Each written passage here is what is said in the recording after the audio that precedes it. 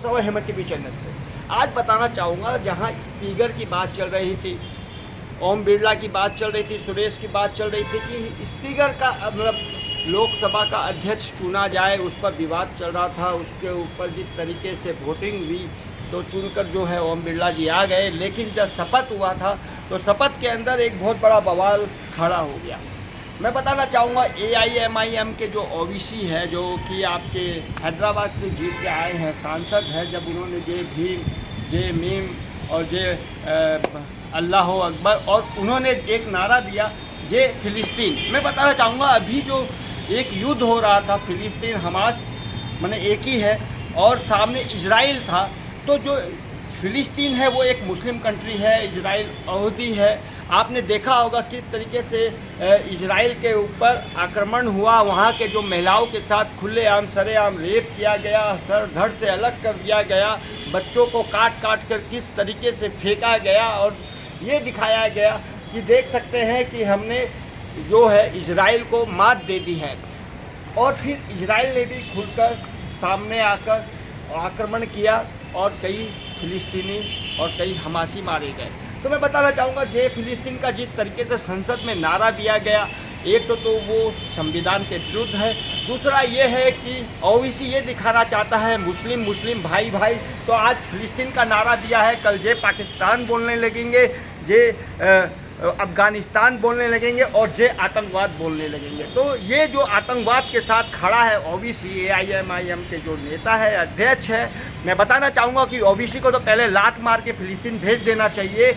उसमें अगर ज़रा भी शर्म और हया है तो वो तुरंत फ़िलिस्तीन चला जाए।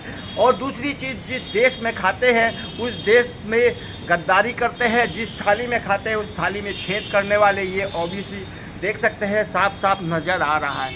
और इसके मौलवी और मुल्ले जो है, कुछ मैं बताना चाहूँगा, कुछ सब नहीं, कुछ मौलवी और मुल्ले जो बोल रहे हैं कि ओबीसी ने ठीक कहा, सही कहा, तो मैं बताना चाहूँगा ऐसे लोग जो है देशद्रोही हैं, गद्दार हैं, देश के प्रति वफादार नहीं है, क्योंकि इनका पहले मजहब आता है और देश जो है, जिस देश में ये रहते हैं उस देश में इनको कोई लेना देना नहीं है। इसलिए जहाँ देख रहे हैं आप कि अमेरिका है, ऑस्ट्रेलिया है, साउथ अफ्रीका है, बड़े बड़े जो कंट्री है इस्लाम पर बैन लगा रही है। चाइना जैसी चाइना ने तो टोपी, नमाज और मुसलमानों का मस्जिद तक तोड़ डाला।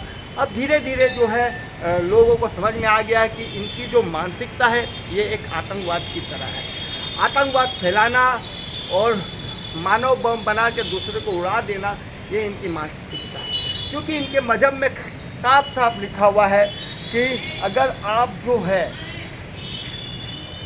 जो है गैर मजहबी माने मुसलमानों को छोड़ के गैर मजहबों का अगर आप हत्या करते हैं और उसके साथ गैर कानूनी कार्य करते हैं तो आपको जन्नत मिलेगी, और जन्नत में 72 हुर्रे मिलेगी। अरे उस हुर्रों के चक्कर में ये जिस देश में रहते हैं उस देश में ही कत्लेआम और आतंक का नंगा खेल खेलते हैं।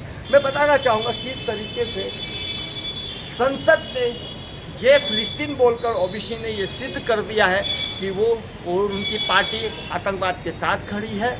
और मैं बताना चाहूँगा, पूरे भारत में एक ही सीट आने के बाद 543 सीट में एक सीट लाकर वो ये दिखाना चाहता है कि वो पूरे भारत के ऊपर हावी है। मैं बताना चाहूँगा कि मैं छोटा सा बच्चा जो भारतीय है, जो हिंदुस्तानी है, वो एक बच्चा भी ओबीसी को मात दे सकता है। उसने भलाई लोकसभा में जीत हासिल की है, लेकिन जब डिबेट में बैठेगा तो वो और उनकी पार्टियों की धच्ची उड़ा देगा और उनके पास कोई शब्द नहीं रहेंगे।